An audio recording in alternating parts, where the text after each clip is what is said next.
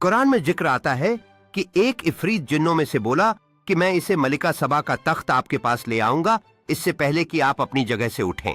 रिवायतों में इफरीत को बहुत तेज और चालाक कहा गया है और सिंध तथा बलूचिस्तान के पहाड़ी इलाकों में यह कहा जाता है कि इफरीत मुसाफिरों को रात के वक्त सहरा में भटका देते हैं और गुमराह कर देते हैं।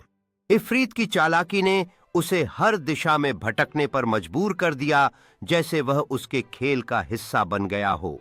अचानक मुसाफिर को एक प्राचीन पत्थर के खंडहर दिखाई देते हैं जिसमें उसे इफरीत के जादू से बचने की उम्मीद होती है।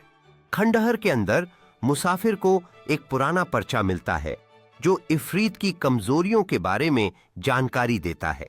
पर्चे को पढ़ते हुए मुसाफिर के चेहरे पर साहस की झलक आती है और उसकी आंखों में उम्मीद की चमक होती है। अब मुसाफिर खंडहर से बाहर निकलता है, आत्मविश्वास से भरपूर और इफरीत का सामना करने के लिए तैयार होता है।